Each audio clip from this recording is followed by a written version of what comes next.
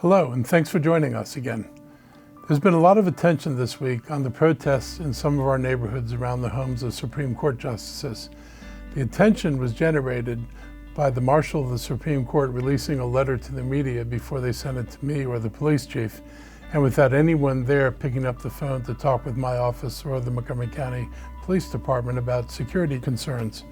In fact, this letter was not emailed to my office, but to the email account of the county's Public Information Office at 10 a.m. on Saturday morning of a holiday weekend, 10 hours after the Washington Post wrote about the letter. And the email noted that this letter was mailed by U.S. mail to us on Friday. We still haven't officially received it. Their being eager to notify the press and lackadaisical about reaching out to us does not convey a sense of urgency about security. And we and our police are enforcing the law. They're watching that protesters do not linger in front of homes and that they're not there too late. We don't want them doing things that force the police to arrest them. So our police are talking with them about how we need to manage the demonstrations. Warnings have been issued on occasion, and so far they've been sufficient in getting protesters to stop some of their actions and avoid going to jail. The officers of the Montgomery County Police Department have been doing a great job balancing these competing demands for freedom of speech and public safety concerns. We as a county are not encouraging these protests, but we won't deny them their constitutional right to protest as long as they do it in a lawful way.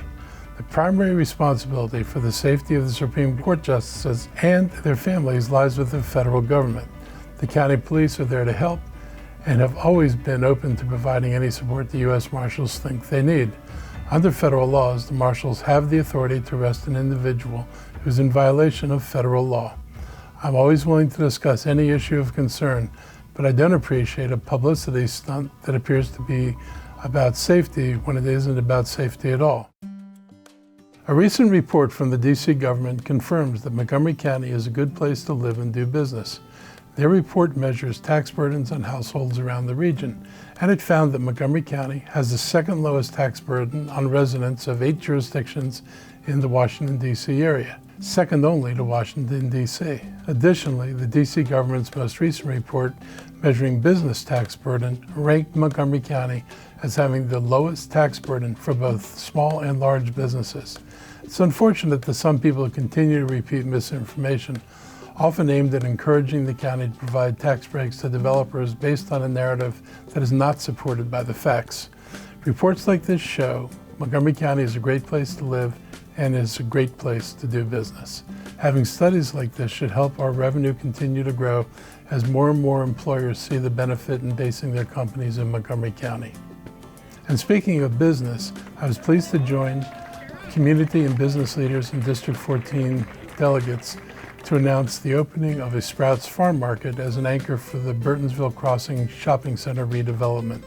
This was a wonderful, long-awaited bit of news for East County residents, and I was very much appreciative that the property owner, Edens, had the willingness to work with me and my team as we looked for ways to recreate a vibrant shopping experience. Sprouts provides a springboard for further revitalization.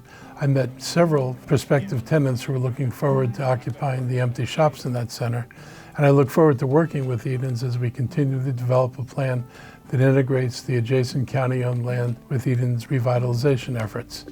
And this is the third major economic development project we've been able to get moving in the East County, following the commencement of the Hillendale Gateway project on New Hampshire Avenue and the White Oak Town Center project off of Route 29.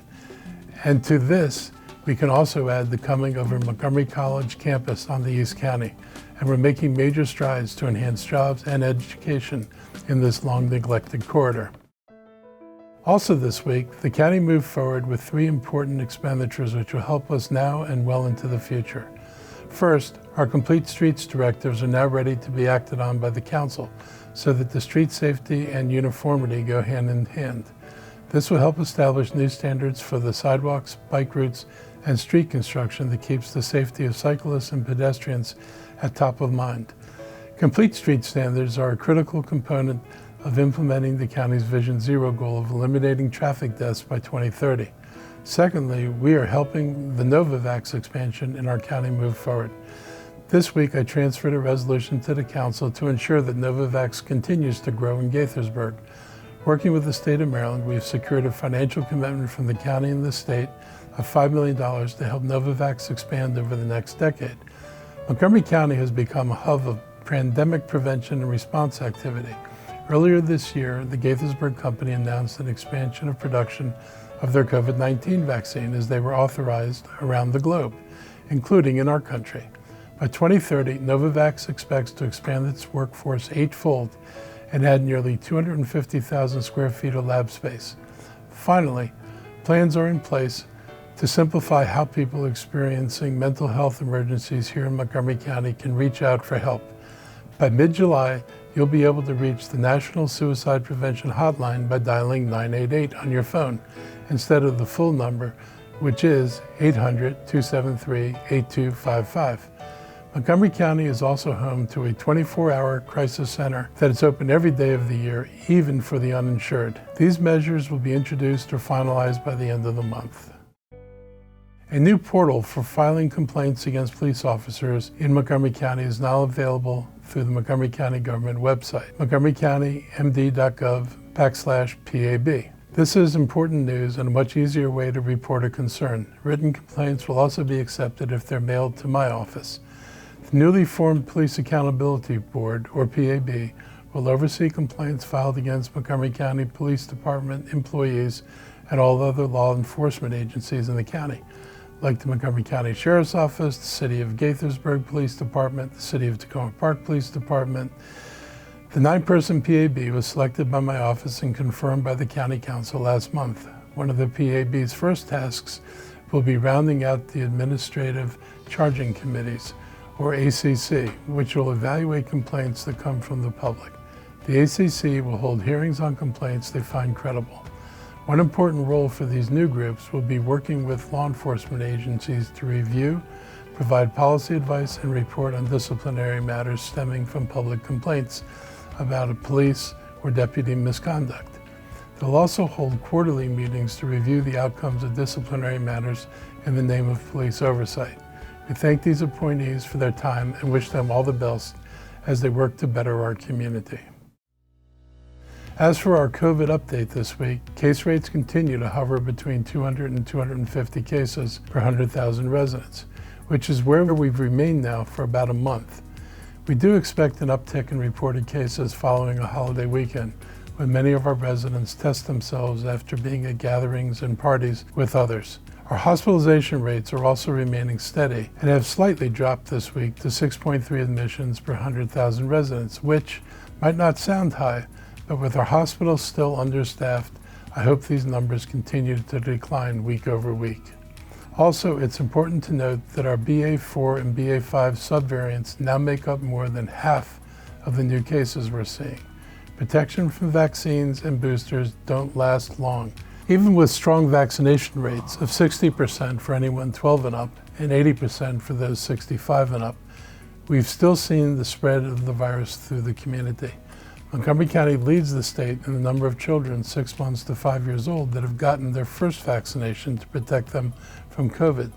This should not be a surprise, as we've consistently led the state and the nation in our vaccination and booster rates. Close to 5,000 kids got their vaccines in just the first few days of it being available to the public.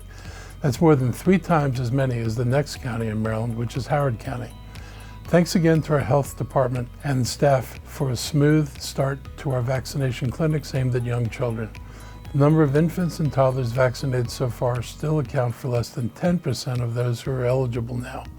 We have plenty of vaccine supply, and we can take both walk-ins and appointments at our clinics and health offices.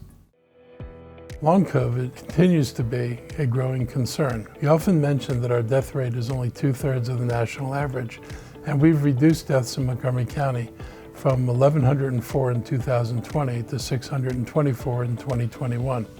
However, through the first 6 months of 2022, COVID has killed 315 people here, putting us on pace to lose more individuals to COVID this year than we did last year, despite a much higher vaccination rate. For many people, life does seem normal again. This past weekend, we were able to celebrate our first 4th of July fireworks together in 3 years. It was great to see so many people out this past weekend, and on Independence Day, eating barbecue and having fun. We want to celebrate all we've done to protect ourselves and our neighbors. However, the unfortunate reality is that COVID is still out there and it's still making people sick, sometimes very sick. Vaccines have been a huge help in keeping COVID patients out of intensive care or worse, but catching COVID can still be a threat to your long-term health. This week in my weekly COVID-19 media update, we heard from a pulmonologist who detailed how distressing long COVID can be. There's a laundry list of symptoms associated with victims who can live with the impact of a bout with COVID for up to a year or longer. Those symptoms can include severe weakness, prolonged fatigue, shortness of breath, a mental fog, and depression, to name a few. Long COVID can impact major organs in your body like your kidneys, lungs, heart, and brain. It disproportionately impacts minorities, and as of now, doctors are still experimenting with treatments because the impacts of long COVID are so varied. The bottom line is that COVID has not gone away.